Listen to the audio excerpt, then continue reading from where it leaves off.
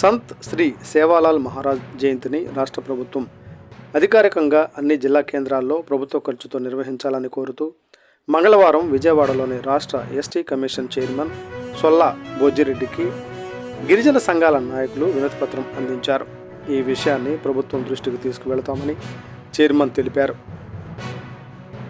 ఈ గిరిజన సంఘాల నాయకులు మాట్లాడుతూ పల్నాడు జిల్లాలో విద్యాశాఖ మంత్రి నారా లోకేష్ బాబు ఎన్నికల హామీల్లో భాగంగా సేవాలాల్ జయంతిని అధికారికంగా నిర్వహించే విధంగా చేస్తామని ఆనాడు చెప్పడం జరిగింది. ఆ విధంగా చేయాలని నాయకులు విజ్ఞప్తి చేశారు.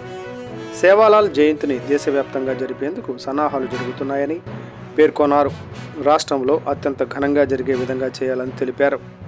ఈ కార్యక్రమంలో గిరిజన సమాఖ్య రాష్ట్ర సహాయ కార్యదర్శి B Srinu Nayak, all India Banjara Seva Sangham NTR జిల్లా అధ్యక్షులు జటావతు బాలాజీ నాయక్, గిరిజన సంఘం రాష్ట్ర ఉపాధ్యక్షులు వి కోటా నాయక్, నాయకులు బి రాంబాబు, వి శివుడు నాయక్, హారి నాయక్తో పాటు ఎస్టీ కులస్తులు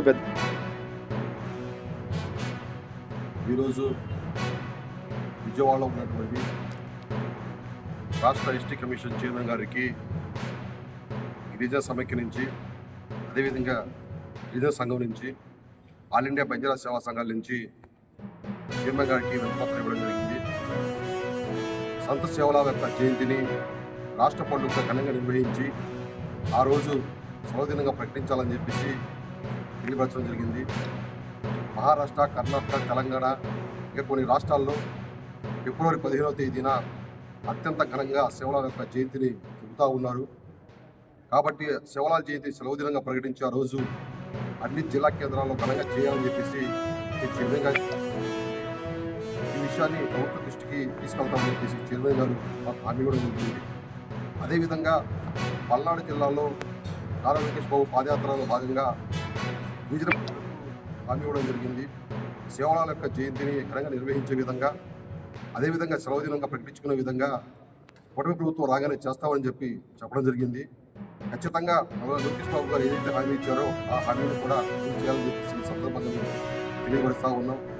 ప్రభుత్వం గిరిజనుల యొక్క మనోభావాన్ని దెబ్బతినకుండా ఖచ్చితంగా ఆ రోజు సెలవు దినంగా ప్రకటించి సేవలాల్ యొక్క జయంతిని అన్ని జిల్లా కేంద్రాలను జరిపించి దాంట్లో అన్ని సంఘాలని బాధ్యులుగా చేయాలని చెప్పేసి కోరుతూ ఈ అవకాశం ఇచ్చినటువంటి ఇతర సంఘాల నాయకులకి, అలాగే మా గిరిజన సోదరులకు, రైతులకు అందరికీ పేరు పేరున గిరిజన సమైక్య నుంచి ప్రత్యేకమైన ధన్యవాదాలు తెలియజేస్తా ఉన్నాం.